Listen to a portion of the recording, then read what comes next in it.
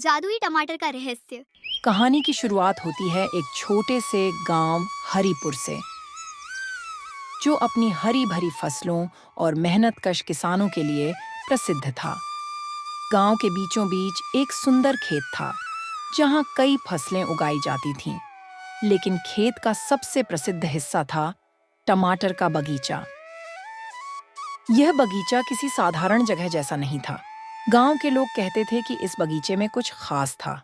यहाँ के टमाटर बड़े, लाल और स्वादिष्ट होते थे। लोग मानते थे कि यह खेत जादुई है। गांव के सबसे बुजुर्ग किसान धर्मजीत काका इस खेत का ख्याल रखते थे। वह हमेशा कहते, ये खेत सिर्फ मेहनत और प्यार से फलता फूलता है। लालच यहाँ नहीं टिक सकता। एक साल गांव में सूखा पड़ गया। खेतों में पानी की कमी हो गई और फसलें सूखने लगीं। गांव के लोग परेशान होने लगे। हरिपुर की प्रसिद्धि धुंधली पड़ने लगी। धर्मजीत काका ने अपने खेत को बचाने की पूरी कोशिश की। उन्होंने कहा, अगर यह खेत बचा रहा तो गांव की किस्मत भी बदल सकती है।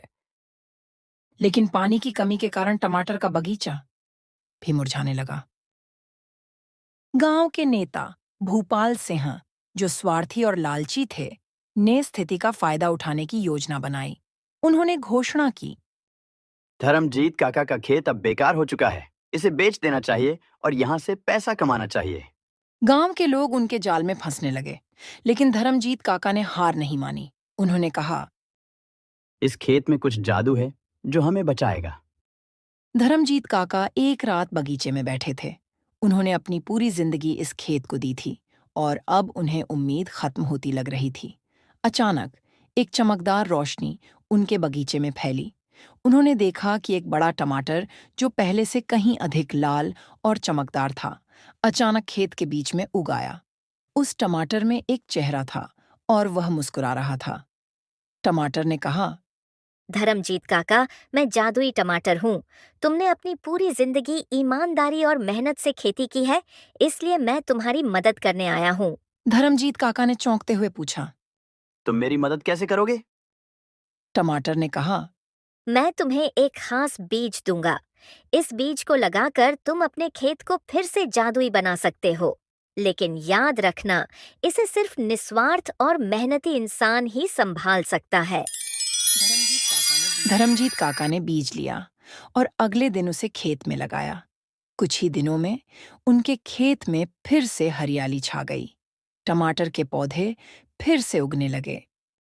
धर्मजीत काका के खेत की हरियाली देखकर गांव के लोग खुश हो गए। उन्होंने खेत से उगाए गए टमाटरों को खाया और उन्हें बेचकर पैसा कमाने लगे। लेकिन भूपाल सिंह को यह सब अच्छा नहीं लगा। उसने सोचा, अगर यह खेत इतना जादुई है तो इसे मेरा होना चाहिए। उसने खेत पर कब्जा करने की योजना बनाई। एक रात भूपाल सिंह ने अपने आदमियों के साथ खेत में घुसकर जादुई टमाटर को चुराने की कोशिश की। लेकिन जैसे ही उसने टमाटर को छुआ, एक अजीब बात हुई। जादुई टमाटर ने जोर से कहा, लालची लोगों के लिए इस खेत में कोई जगह नहीं है। और अचानक भूपाल सिंह और उसके आदमियों को खेत से बाहर फेंक दिया गया। गांव के लोग यह सब देखकर हैरान रह गए। उन्होंने धर्मजीत काका से माफी मांगी और वादा किया कि वे इस खेत की देखभाल करेंगे। गांव के लोग अब समझ गए थे कि मेहनत, ईमानदारी और निस्वार्थता ही सबसे बड़ा जादू है। उन्होंने धर्मजीत काका को सम्मानित किया और उनके खेत को जादुई खेत नाम दिया।